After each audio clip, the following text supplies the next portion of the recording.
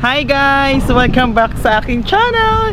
So ngayon mga kamahal is nandito po ako sa Bawal kasi papunta po ako ngayon sa palengke. Gawa bibili po ako ng ulam ko, tsaka bibili rin po ako ng puting damit kasi nga po bukas is leaving na po ni paring Temong. So wala pa po ako suotin na puting damit.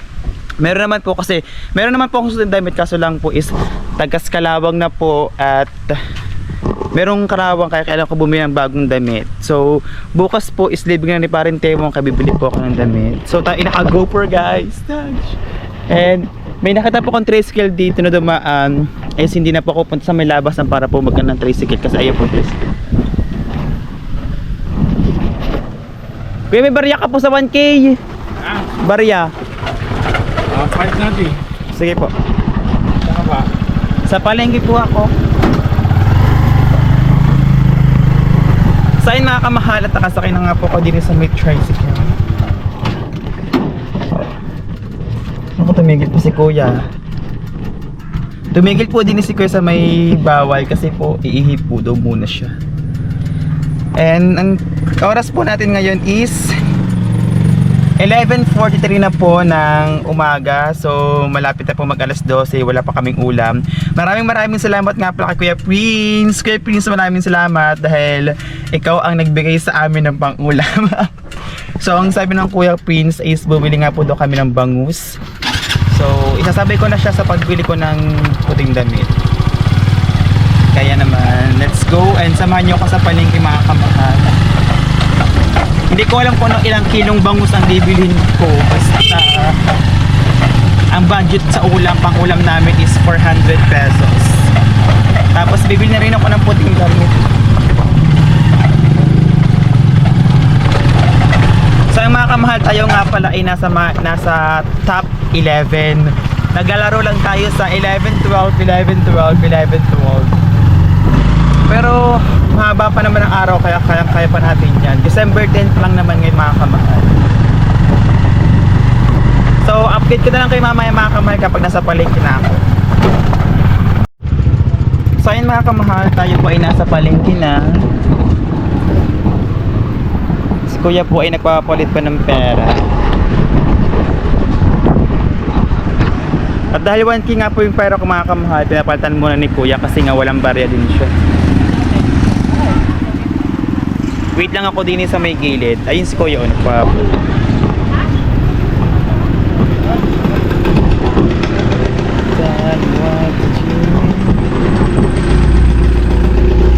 Bigay ko na lang po kayo mamaya kuya. Bigay ko na lang mamaya.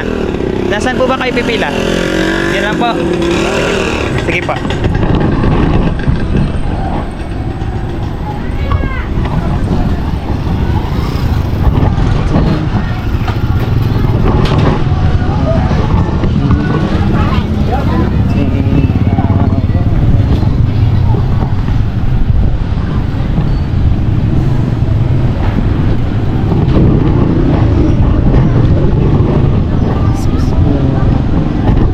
So ayun mga kamahal, at dahil walang barya nga si kuya, sabi ko is mamaya ko na ibibigay sa kanya.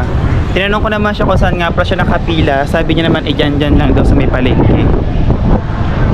Bibili muna tayo ng damit sa taas ng palengke kasi unahin muna natin ang damit kasi medyo dito sa taas ng palengke waiting lang tayo mga kamahal.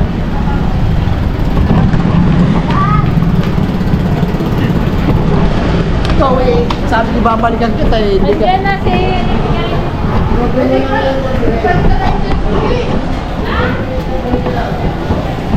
Oh my gosh, nahiya ako siya doon mag-vlog mga kamahal kasi ako lang yung mag-isa.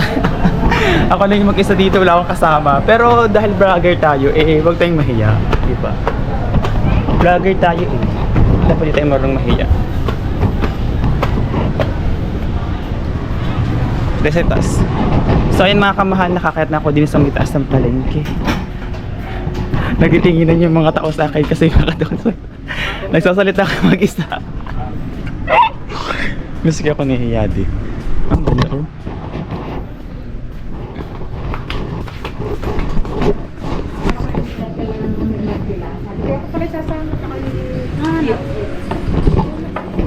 Saan ba dito ang maganda? Meron mga blue corner damit para Tao po. Ano nga po, yung white t-shirt nga pong blue corner. XL po. Apo. Medyo malaki po ba yung XL? Sige, patingin na lang po ako ng large kung ano lang po. Magkano po sa gayaan nyo, ate? Ang gano'n ngayon, 160 na lang. Wala na pong bawas? Naku, wala. Sa inyo man nakabili na ako ng white t-shirts. Namamatay bigla-bigla rin ko pero hindi ko alam kung bakit. Okay mga kamahal, merong music. So kailangan natin bilisan ang pagbablog. Ito na mga kamahal. Bigla-bigla lang namamatay yung GoPro. Hindi ko alam kung bakit. Pero nakapagbayad na ako kay ate. Hindi ko na lang sukuli. So mamaya lang mga kamahal kasi merong music.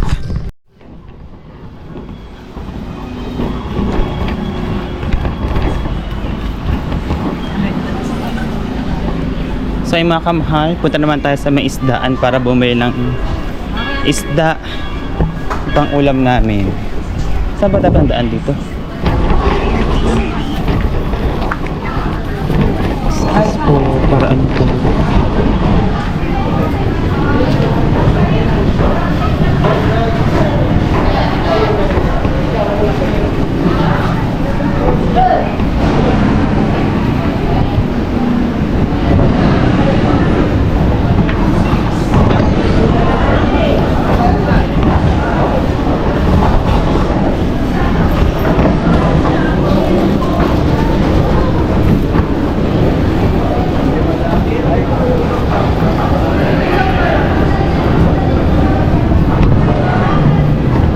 Lobat ng ating grupo mga kamahal, kailangan natin palitan ng battery kasi lobat na siya. Ang papatinda. Bali mga kamahal, yung 2 piraso is 2 kilo. And so yun mga kamahal, nakabili na nga po ako ng bangus. Ayan po. Hindi ko na siya na-videoan kasi aring GoPro bigla na namamatay, hindi ko lang kung bakit. Pero bibili naman tayo ng gulay doon sa atin ng kaibigan ko na si Paula. Kung napapanood yung sa mga live ko, kasama ko lagi sa live ko yon. Doon tayo bibili ng gulay sa kanila. Kasi sila ay, yung ate niya is nagtinda ng gulay dito sa palengke. Bali naka-notes nga pala sa aking cellphone ang mga bibilhin ko. Pabili nga po. Ito na ate. Labanos, pero kayo po. Siling haba. Siling haba nga po. Green. 5 piraso po.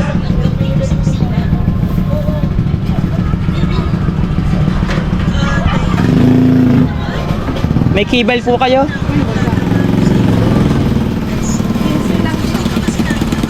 Magkano pong kilo ng kamatis? 180. Wow! Ang mahal ah! Pero naman, 20. Sige po, 20. Tsaka po sibuyas. Grabe talaga ang pag-a-assume mo, no? Hindi naman ako nag-a-assume. Yun kasi ang napag-usapan natin, di ba? Sinamadali mo ba? Hindi naman. Tsaka po sibuyas. Ilang sibuyas? Yung mga 3 piraso po. Yan. Kamatis mo ka, no? 180. Tinitingnan ko dito sa notes ko mga kamahal kasi naka-notes ko. Ano pa? Pampaasim. Malaki. Ano? Kainin ano? Pilihan malaki. Ano pa? Yun lang po. Magkano Wala po. yan? Labanos. Magkano po lahat? Magkano yan? 45. Say! Oh, kwenda! Magkano kamate? 45, 50, 55, 63. Magkano kamate? 63. Are po. 180. Magkano? Wait lang. 180 po muna. No farm. Mura. Kana? Mura na kamate. 63. Marami kasi nasira, kaya... Ano po yung ano? 13. Thank you din po. So bibili naman tayo mga kamahal ng labanos. Kasi wala silang labanos at saka kibal. Hindi ko alam kung ano ba yung kibal. Hindi ko alam kung ano yung kibal. Basta sabihin na lang natin kibal. Tsaka labanos. Alam ko yung labanos pero ang kibal hindi ko. Hindi tayo bumili dito. Kila ate. Kasi mura lang dito eh kay ate. May labanos po kayo? Kibal po. Ano yung kibal? Ate, ano nga po niyan? Labanos. Ang laki palang haba pala.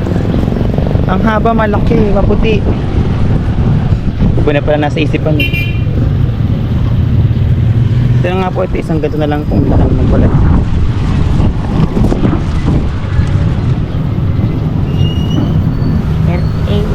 $38 po. Tapatong nga po sa 38. May barya pa ba ako dito? Ayun. Ito pa. 20, 25, 30, 35, 40. Dami kong barya. Thank you po. Sa mga kabiling kibal, walang palang kibal. Ano ba yung kibal, ate? Po? Maliit na sila. Ah, maliit na sitaw. Parang big. So, sa paligid. Ah, sige po.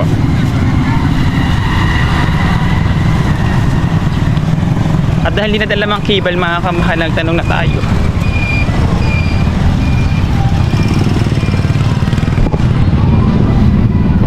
Dito baka merong kibal.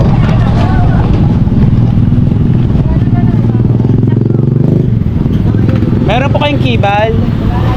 Kibal po.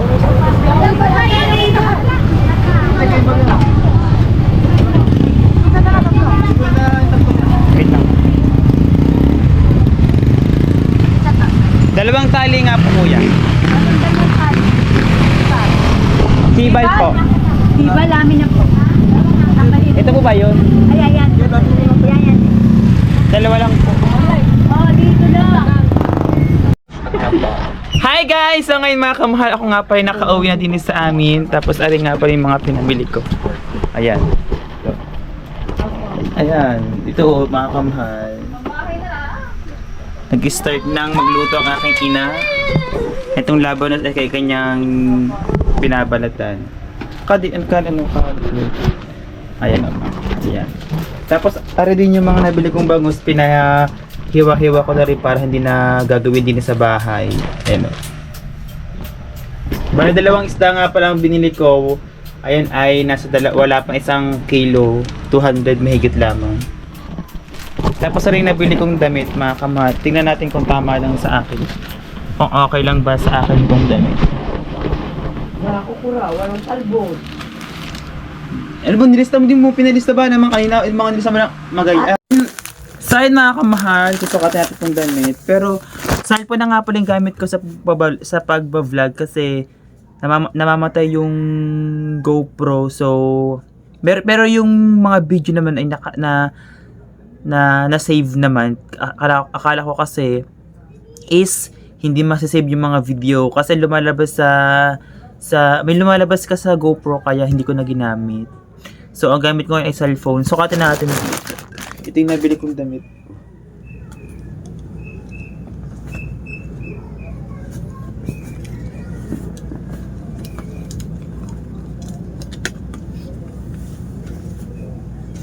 Diyan naman sa gym. Ay, okay lang pala sa akin ng large. Okay lang sa akin ng large. Pero hindi ko alam mga kamahal kung ako ay magpapantalon dito or mag-shorts na lamang. Kasi mas bala ko kasi bala ko kasi mga kamahal magpantalon. Kaso parang sobrang init naman kung magpapantalon ako kaya mag-short na lamang ako. Kung maingay nagbablog ako. Attitude! So, ang bala ko mga kamahal is magpantalon na lang or mag-short. Pero ang gusto ko mag-short na lamang kasi parang sobrang init naman kung magpapantalon ako.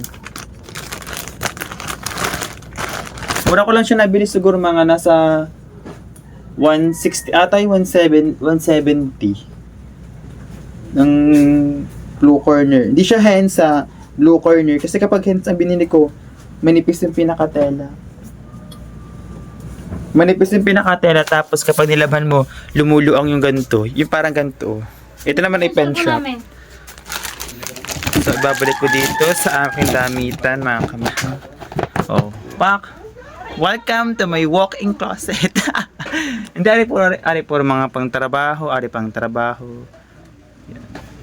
Tapos, ari jackets. Ayan. Bakit parang pinapakarami natin yung mga sinampay din sa amin. Wait lang. So ito mga kamahal, hindi ko na nga pa na-videohan yung kanina pagluto ng nanay ko ng sinigang na bangus. Are siya oh. Ayan. Kumain na nga pala kami tapos ayan, yung ininom ko dito is ulo. Kasi masarap yung ulo kasi masarap siyang sipsipin. Ala! Tapos mga kamahal, meron nga pala kaming natirang bangus. Ayun oh. Ang balak lang na dito ipiprito siya. 4 na pirasong gayat na bangus.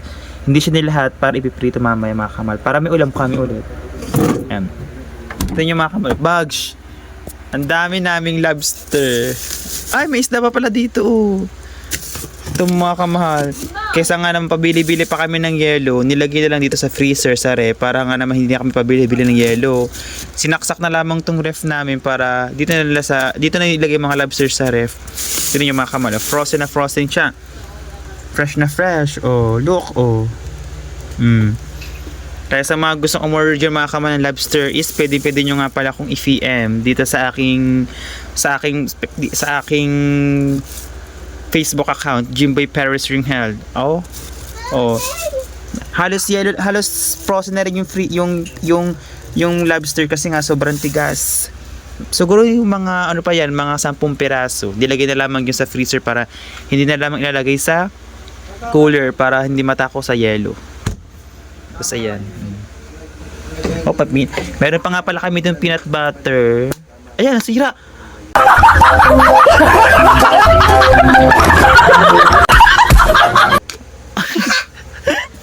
Nasira oh. Tapos meron din kami ditong strawberry jam. Palaman din siya. Pero hindi alam kung kayo na to. Tala kayo na to. Sa amin. Sa inyo, pinalagay nyo lang dito. Tapos ari yung wax ko. Ari yung wax kong ginagamit. Ilalagay mo sa rep. Magkain. Para hindi siya guyamin. Kasi mata ko lagi siyang ginuguyamin. At may uling para hindi mangamoy yung aming ref. And so yun mga kamahal, dito ko na nga tapos itong vlog na to. Maraming salamat nga po sa panonood nyo sa aking mga videos. And sana supportahan nyo pa rin ako hanggang dulo mga kamahal. And so yun mga kamahal, hanggang dito na lamang. Bye-bye!